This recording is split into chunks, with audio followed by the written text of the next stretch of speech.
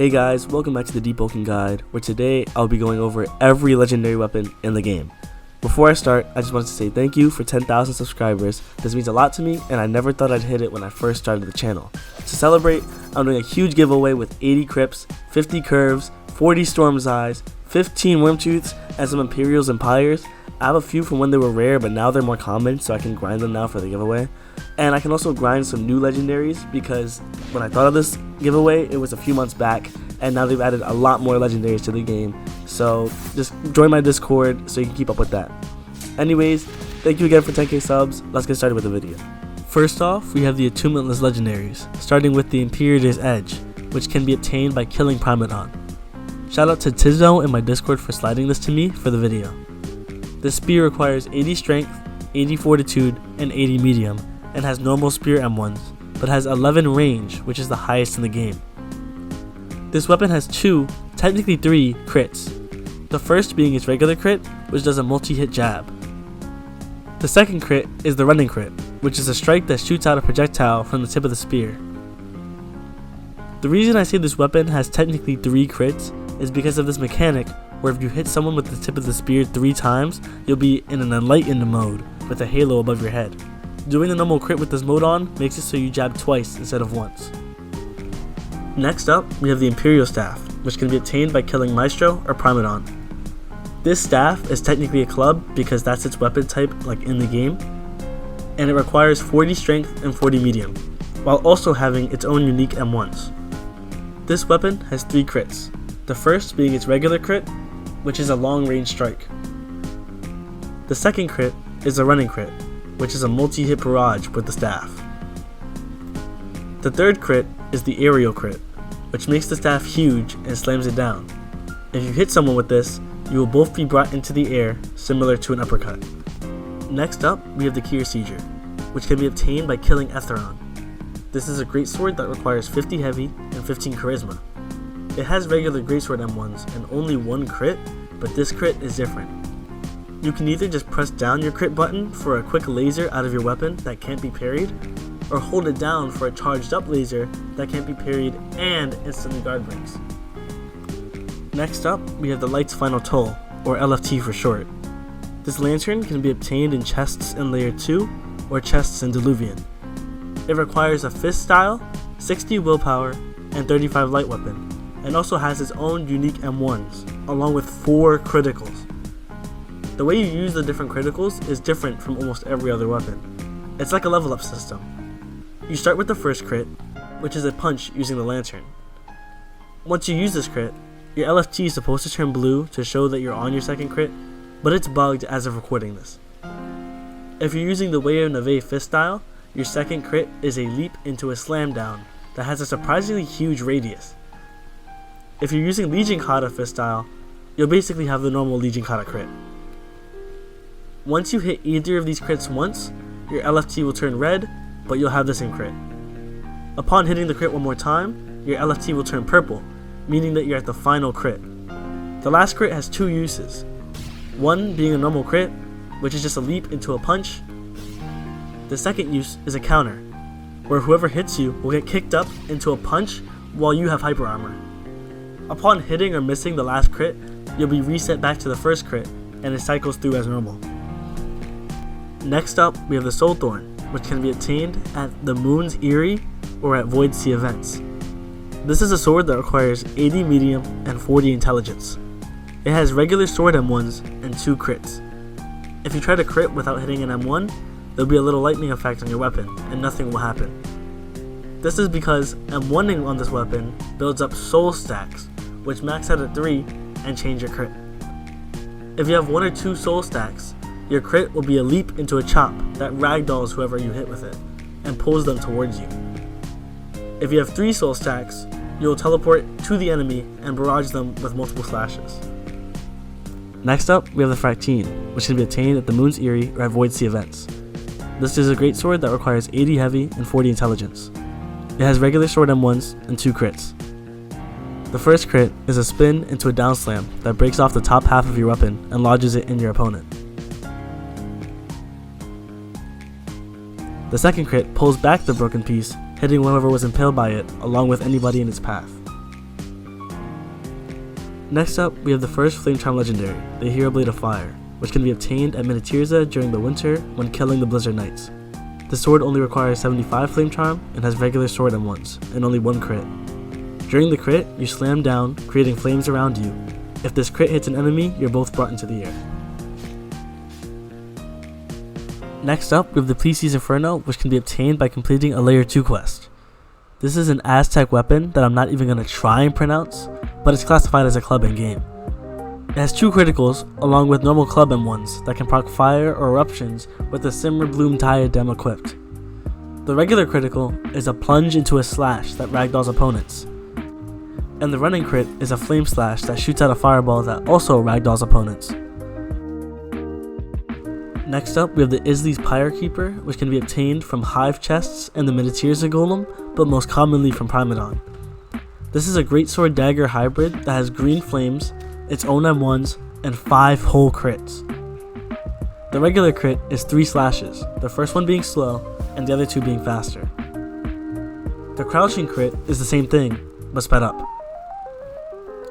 The aerial crit is a slash into a down slam. The sliding crit is a leap forward with 3 slashes. And lastly, the running crit is a quick run forward into a grab. The wiki says this crit is feintable, and it also resets crit cooldown when hit, but I wasn't able to test this, so somebody in the comments let me know if this is true. Next up, we have the Rosen's Hellflame, which can be obtained from Diluvian, Maestro, the Ignition Dungeon, Chaser, or Hell Mode. This is a rifle with 2 critical attacks and regular rifle M1s, but the shot M1s have a fire burst that light enemies on fire. The regular crit fires continuous flames, consuming ether as fuel. This lasts for up to 5 seconds until ether is depleted, and can also be cancelled by pressing M2. The aerial crit causes you to flip into the air and slam the rifle down with an explosive shot. Both crits leave patches of fire on the ground that burn any enemies that walk into it. As with almost every attunement legendary weapon, the model and or attack particles change based on attunement path. So here's how each of the Flamecharm weapons look with Azure Flames.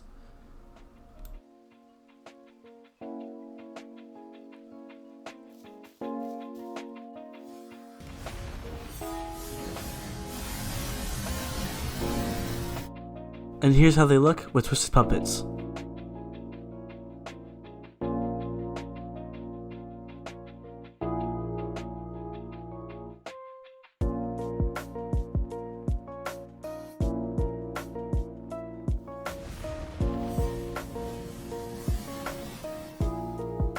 Next up, we have the first Frostdraw legendary, the Hero Blade of Frost, which can be obtained at Minatirza during the winter when killing the Blizzard Knights. This sword only requires 75 Frostdraw and has regular sword M1s and only 1 crit. During the crit, you slam down, creating waves of ice around you, and slowing you down, making you unable to attack until the crit is over. Next up, we have the Grand Sudaruska, which can be obtained from the Crypt of the Unbroken, Etheron, Diluvian, or Floor 1 chests. This is a Great Axe with 1 critical attack and regular Great Axe M1s, but there's an ability called Sudaruska's Fury, which rains ice when landing 3 M1s and has a 15-second cooldown. The critical causes the user to spin the axe in the air. If the crit hits an enemy, both you and them will be brought into the air. Next up, we have the Kyr's Winter, a spear that can be obtained from floor 2 in a secret room after killing Etheron. This is a spear with 2 critical attacks and regular spear M1s. The regular crit thrusts the spear forward, ragdolling enemies and knocking them back, and then creating a blast underneath them. The running crit propels you forward with a leap, ending with an explosive ice blast. If you land the first crit, you can chain the second crit with an M1. Next up, we have the Hailbreaker, which can be obtained in Layer 1, or more commonly, a Depths event that can spawn on the quest board called Cold Heart Fortinbris. This is a greatsword with 3 crits and regular greatsword M1s. The 3 crits work similarly to the LFT covered earlier. The first crit is a long windup followed by 2 quick slashes. This will coat the weapon in ice. The second crit is a dash forward into a large slash which coats the weapon in carbon. The final crit is 2 heavy slashes, which remove the carbon coating on the weapon. When recording this, I'm 2ing during a crit, let out an instant crit with the ice effects of your current stage crit. But this has been changed to just faint your current crit. Since I recorded each ice weapon with crystallization path on, here is each of the models and effects with crystallization path off. Next up, we have the first Galebreath legendary, the Hero Blade of Wind, which can be obtained at Minas Tirith during the winter when killing the Blizzard Knights. This sword only requires 75 Galebreath, it has regular sword M1s, and only 1 crit. During the crit, you summon a whirlwind in front of you, pushing back enemies. Next up, we have the Curved Blade of Winds, which can be obtained from Layer 1, Etheron, Duke, Maestro, Diluvian, and Island events. This is a sword that has passive aftercut on M1s, with 2 critical attacks that vary based on stance. During the 2-hand stance, it has regular sword M1s, alongside a crit that shoots a blast of air, which explodes. When using the 1-hand stance, you'll have 2 curved blades, 1 in each hand, alongside the dual-wielding M1s. The crit during this stance propels you forward in a whirlwind. Next up, we have the Wraithclaw, which can be obtained from defeating an NPC that can spawn on you if you have 75 Gale and you're at one of the following locations: Minas Tirith, Upper Arisia, The Depths, Starswept Valley, Songseeker, or Bluster Rift. This is a Cestus that also has passive aftercut on M1s and 2 critical attacks. The regular crit is a barrage of slashes that can be cancelled with M2, or when your damage are parried. The aerial crit is a quick spin that pulls you and your enemy up into the air if it hits. Here's what all the Gale weapons look like with Spectre Path on.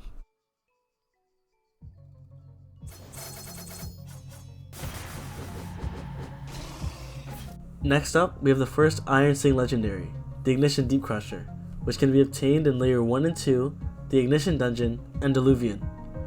This is a club and sword hybrid that requires 40 medium and 75 Ironsing, and has 1 critical attack, but has a unique mechanic where changing stances makes the weapon switch between a club that does blood damage and applies metal rods, and a sword that doesn't apply metal rods but has bleed damage. During the crit, you stab the floor, creating metal spikes around you.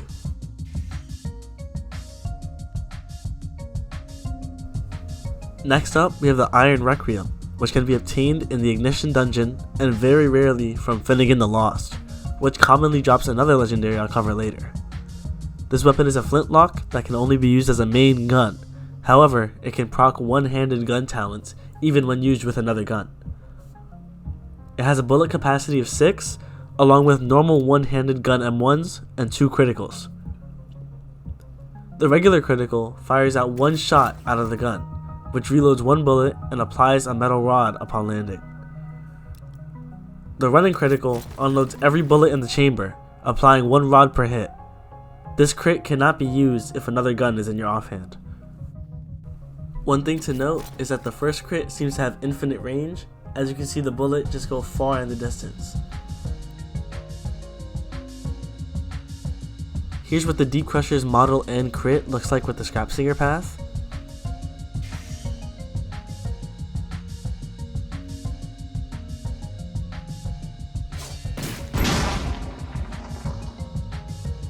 And here's the same thing, but with the Iron Requiem.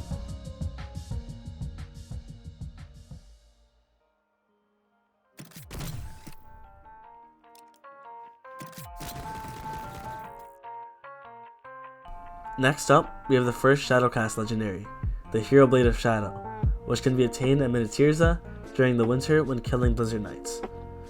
This sword only requires 75 Shadowcast and has regular sword M1s and only 1 crit. During the crit, you lunge forward, stealing ether of those hit.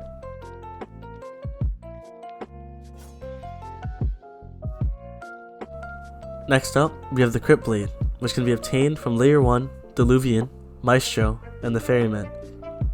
This is a great sword that requires 75 Shadowcast and 40 heavy.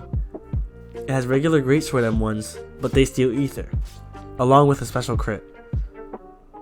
During the crit, you plunge the ground, which chains your opponent. If they walk out of the chain's radius, they are pulled back and the chain is broken. If they are hit while chained, they are inflicted with 3 ticks of ether steal and the chain is broken.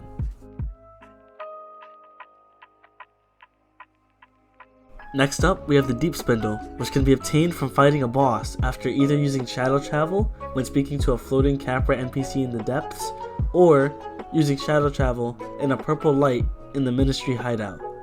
Although, the purple light method doesn't guarantee a Deep Spindle. This is a rapier that has regular rapier M1s and 2 crits. The regular crit is a jab, similar to an M1, but does a shadow barrage upon hit. This can be vented out of. During the running critical, you stab yourself, which deals damage to yourself, and you shoot out 2 shadow blasts, which teleport you to wherever they hit and put you in a dark rift state. Something that should be noted is that wearing the Darkened Bastion outfit gives you 40% wither per M1 on this weapon, and wearing the Deep Scorn Cask makes it so that you get less self damage when using the running critical. Next up, we have the first Thundercall legendary, the Hero Blade of Lightning, which can be obtained at Minatirza during the winter when killing the Blizzard Knights. This sword only requires 75 Thundercall, it has regular sword M1s, and only 1 crit. During the crit, you stand down your sword, causing a line of lightning to be shot in front of you.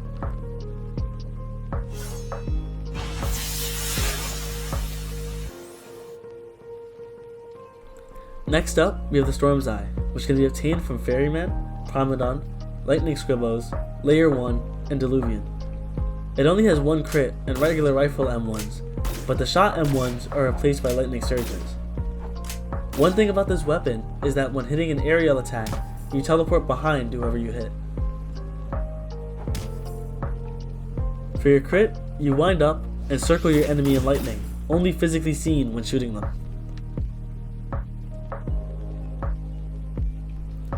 And lastly, but definitely not least, we have the Bolt Crusher, which can be obtained from Finnegan the Lost, who spawns when you take the Drowned Delver job from boards in the depths. This Great Hammer requires 55 heavy, 20 strength, and 80 lightning. It has 2 crits and regular Great Hammer M1s.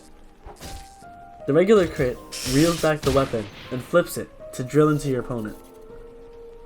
The running crit lifts the Bolt Crusher up and slams it into the ground.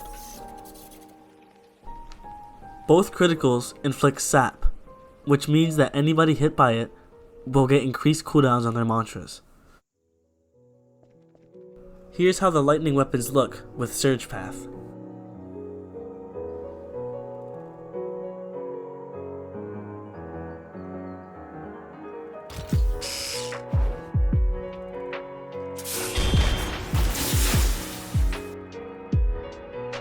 Anyways, that's it guys. That's every single legendary that's in the game as of December 14th, 5 AM Eastern time.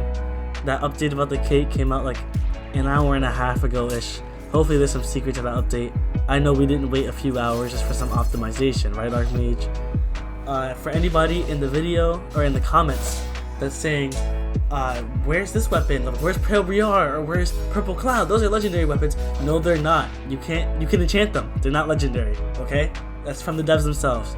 So if you comment that and you didn't watch till the end, I'm gonna send you like a timestamp to this. So that's about it. Join the Discord, and I'll see you guys next time. Peace.